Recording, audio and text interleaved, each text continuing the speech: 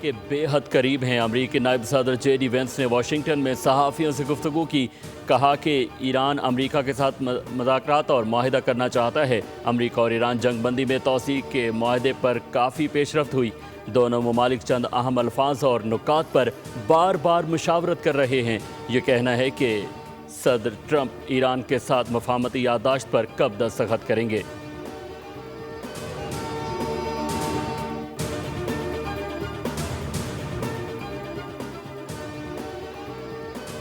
امریکی صدر Donald Trump نے ایران سے معاہدے کا مسودہ اسرائیل اور دیگر اتحادی ممالک کو بھیج دیا۔ برطانوی اخبار گارڈین کی رپورٹ کے مطابق معاہدے میں آبنائے ہرمز اور امریکی ناکہ بندی کھولنے کی شقیں بھی شامل ہیں۔ مفاہمت کی یادداشت کے نتیجے میں ایران کو اس کے $12 ارب کے منجمد اثاثوں تک رسائی دی جائے گی، جبکہ آبنائے ہرمز کو 30 روز میں جنگ سے پہلے کی سطح پر بحال کرنے کی تجویز دی گئی۔ امریکہ کی شرط ہے کہ ایران جہازوں سے ٹیکس نہیں لے گا۔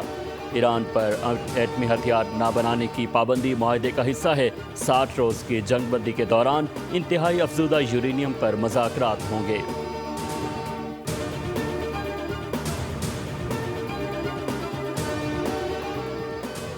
امریکہ ایران ڈیل ہونے کی خبریں۔ عالمی مارکیٹ میں تیل کی قیمت $88 سے نیچے آ گئی۔ امریکی خام تیل کی قیمت 1.25% کمی کے بعد $87.75 فی بیرل تک آ گئی۔ برطانوی خام تیل کی قیمت $92.55 فی بیرل تک آ گئی۔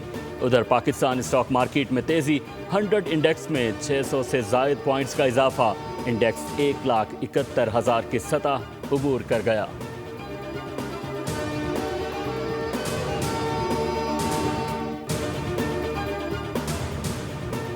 اور اقوام متحدہ کے امن دستوں کا عالمی دن۔ بلیو ہیلمٹس کی گراں قدر خدمات اور عظیم قربانیوں کو خراج تحسین پیش۔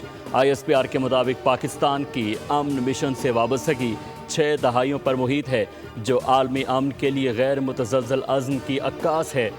1960 سے اب تک 2,37,000 سے زائد پاکستانی اہلکار دنیا بھر میں اقوام متحدہ کے مختلف مشنز میں خدمات انجام دے چکے، جبکہ 183 بہادر اہلکاروں نے اپنی جانوں کا نذرانہ پیش کیا۔ امریکی وزیر خزانہ کی ایران ایئر لائنز کو سخت پابندیوں کی دھمکی، کہا کہ ایرانی ایئر لائنز کو مکمل طور پر بند کر دیا جائے گا۔ ایرانی ایئر لائنز نہ ری فیولنگ کر سکیں گی اور نہ ہی ٹکٹ فروخت کر سکیں گی۔ پرشین گلف اسٹریٹ اتھارٹی پر بھی پابندیاں عائد کر دی گئیں۔ مزید کہا کہ صدر ٹرمپ نے کابینہ کو بریفنگ کے دوران واضح طور پر کہا کہ ایران ایٹمی ہتھیار حاصل نہیں کر سکتا۔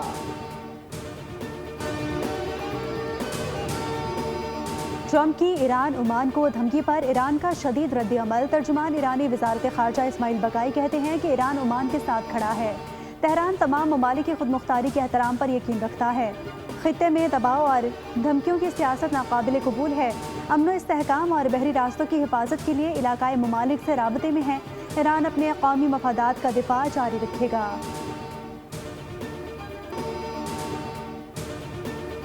اسرائیل اپنے انجام کے قریب ہے، اگلے 15 برس نہیں دیکھ پائے گا۔ ایرانی سپریم لیڈر مجتبیٰ خامنہئی کا بیان، کہا قوم کو جھکانے کے لیے دشمن تفرقہ ڈالنے کی سازش کر رہا ہے۔ قومی یکجہتی میں ارکان پارلیمنٹ نے بھرپور کردار ادا کیا۔ سپریم لیڈر کا اسپیکر باقر غالباف کو خراج تحسین۔ China friendship is guided by the strategic vision of our leadership and aspirations of our peoples on all major world issues. For Pakistan, عالمی کثیر الجہتی نظام کو مضبوط بنانے کے لیے چینی قیادت کا کردار قابل تحسین ہے۔ پاکستان اور چین ایک منصفانہ اور جامع عالمی نظام کے حامی ہیں۔ نیو یارک میں نائب وزیر اعظم اسحاق ڈار کا گلوبل گورننس فورم سے خطاب، کہا کہ دنیا اس وقت متعدد بحرانوں کا سامنا کر رہی ہے۔ ایسے میں یک طرفہ پسندی کی بجائے اقوام متحدہ کے چارٹر کے مطابق عالمی یکجہتی ضروری ہے۔ اسحاق ڈار نے عالمی مالیاتی نظام میں اصلاحات، ترقی پذیر ممالک کی منصفانہ نمائندگی اور اقوام متحدہ کی سلامتی کونسل کو مزید جمہوری بنانے پر زور دیا۔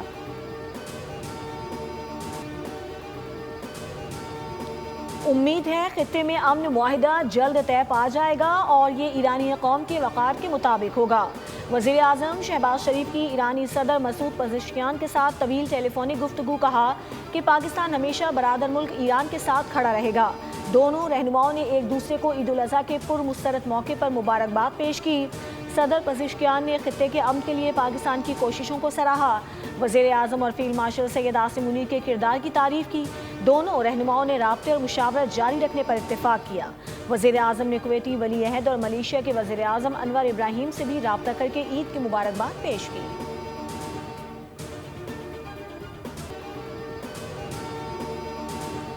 مینا میں وفاقی وزیر داخلہ محسن نقوی کی سعودی ہم منصب شہزادہ عبدالعزیز بن سعود سے ملاقات ہوئی۔ عید الاضحیٰ کی مبارکباد دی اور نیک خواہشات کا اظہار کیا۔ ملاقات میں پاک سعودی تعلقات اور داخلی سیکیورٹی پر تفصیلی تبادلہ خیال ہوا۔ فیصلہ کیا گیا کہ federal constabulary special diplomatic protection unit کے 200 اہلکاروں کو سعودی عرب میں ٹریننگ دی جائے گی۔ سعودی وزارت داخلہ کا اعلیٰ سطح کا وفد جلد پاکستان کا دورہ کرے گا۔ محسن نقوی نے حج کے دوران سعودی حکومت کے بہترین انتظامات کی تعریف کی۔ سعودی وزیر داخلہ نے امریکہ ایران کشیدگی میں کمی کے لیے پاکستان کے مثبت کردار کو سراہا۔ ملک بھر میں عید الاضحیٰ کے تیسرے روز بھی سنت ابراہیمی کی پیروی جاری رہے گی۔ عید کے دوسرے دن خوب دعوتیں، بیٹھکیں، کھابے، ہلا گلا اور سیر و تفریح کا سین آن رہا۔ خواتین نے کچن کی ذمہ داریاں سنبھالی۔ گھروں میں بریانی، ٹکا بوٹی، سیخ کباب، ہنٹر بیف، قورمہ، کڑاہی، کوفتے سمیت روایتی اور غیر روایتی پکوان بنا کر مہمانوں سے تعریفیں سمیٹیں۔ عید کی تعطیلات کا اختتام۔ آج سے دفاتر، مارکیٹس معمول کے مطابق کھلیں گی۔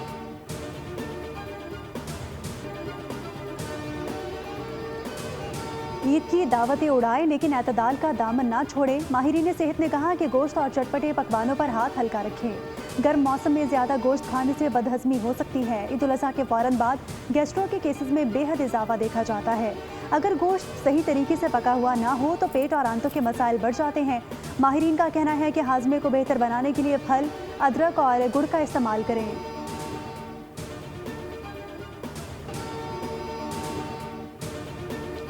عید الاضحیٰ پر پنجاب میں صفائی آپریشن کامیابی سے جاری ہے۔ وزیر اعلیٰ پنجاب مریم نواز خود صفائی آپریشن کی نگرانی کر رہی ہیں اور قربانی کے جانوروں کی علائشیں اٹھانے کا لائیو ڈیٹا لمحہ بلمحہ اپڈیٹ ہو رہا ہے۔ وزیر اطلاعات پنجاب عظمہ بخاری نے کہا کہ پنجاب کے شہری اور دیہی علاقوں میں ستھرا پنجاب کی ٹیمیں ہمہ وقت فیلڈ میں موجود ہیں اور ملازمین موسم کی شدت کی پرواہ کیے بغیر شہروں اور دیہاتوں کو صاف ستھرا بنانے کے لیے متحرک ہیں۔ عظمہ بخاری کے مطابق پہلے روز 1,20,000 ٹن سے زائد علائشیں اٹھائی گئیں، جبکہ لاہور ڈویژن سے 29,000 ٹن علائشیں اٹھائی جا چکی ہیں۔ ستھرا پنجاب کے 1,84,000 ورکرز مصروف عمل ہیں اور علائشوں کو بروقت اٹھانے کے بعد گلی محلوں کو عرق گلاب سے دھویا جا رہا ہے۔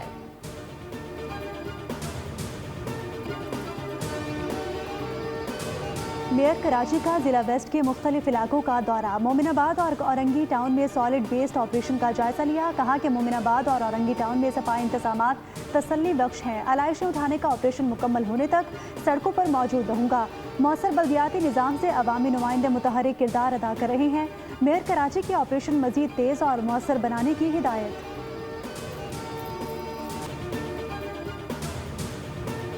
کراچی میں عید کے دوسرے روز 1 گھنٹے کے دوران 2 ٹریفک حادثات، 4 افراد لقمہ اجل بن گئے۔